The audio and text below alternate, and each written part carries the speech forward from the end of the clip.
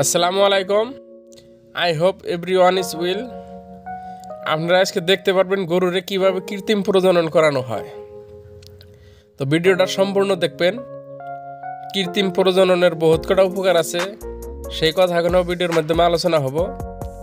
তার আগে যেটা কথা, এই কৃত্রিম প্রজনন যেটা করতে আইছে এইটা গোমিত্র থেকে ট্রেনিং প্রাপ্ত আঙ্গুর এক চাচা আজমল। তো দেখেন আপনারা কিভাবে গরুরে কৃত্রিম প্রজনন করানো হয়, A to Z ভিডিওর মাধ্যমে দেওয়া আছে। ভিডিওটা ফুললি দেখলে বস্তুটা ভালো করে দিশা পাবেন।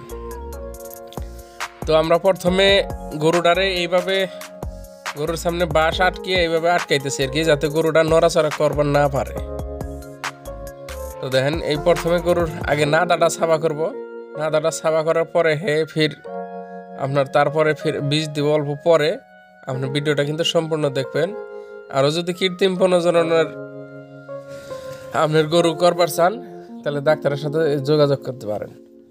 কৃত্রিম প্রজনন করালে যদি জাত ভালো থাকে, গায়েরও গাখীর বেশি হবো, পরবর্তীতে বাছুর যেটা হবো বাছুর উন্নত মানের হবো, আরও বাছুরের যদি বিয়ায় বাছুরেরও গাখীর বেশি হবো। আপনি লোকাল হার দিয়ে করানোর চেয়ে কৃত্রিম প্রজনন করালে এইটুকার আপনার লাভ বেশি হবো। তারপরে আপনার লোকাল গরুর কিন্তু কৃত্রিম প্রজনন করাইতে পারেন। আমার এই ঘরে আর একটা গরু আছে, দেখবেন যে ওই গরুটা লোকাল গরুর থেকে কৃত্রিম প্রজনন করানোর পরে বাছুর হয়েছে, বহন বাছুর। তো খুব ভালো গাখীর দেয়। আর 2 বছর না হইতে এই গরুটা বিয়েছে। আপনি একবার দুইবার পরীক্ষা করে নিতে পারেন যে কৃত্রিম প্রজনন করানোর বাছুর আর লোকাল গরুর বাছুর, লোকাল হারের থেকে যেটা বাছুর হয়, বহুত ডিফারেন্স হবো। আপনি একবার টেস্ট করে নিতে পারেন যদি বাড়িতে এরকম গরু থাকে। তারপরেও আপনার গরুর যেটা গাখীর, যদি উন্নত মানের গাখীর চান, বেশি গাখীর চান, উন্নত মানের বীজ দিবেন। তো আরও কত জনে আছে কৃত্রিম প্রজনন করানোর পরেও হয়তো 2-1 মিক্সও হয়। তো ওটা হয়তো কত সময় বীজের কারণে হয়, কত সময় গরুর কারণে হয়।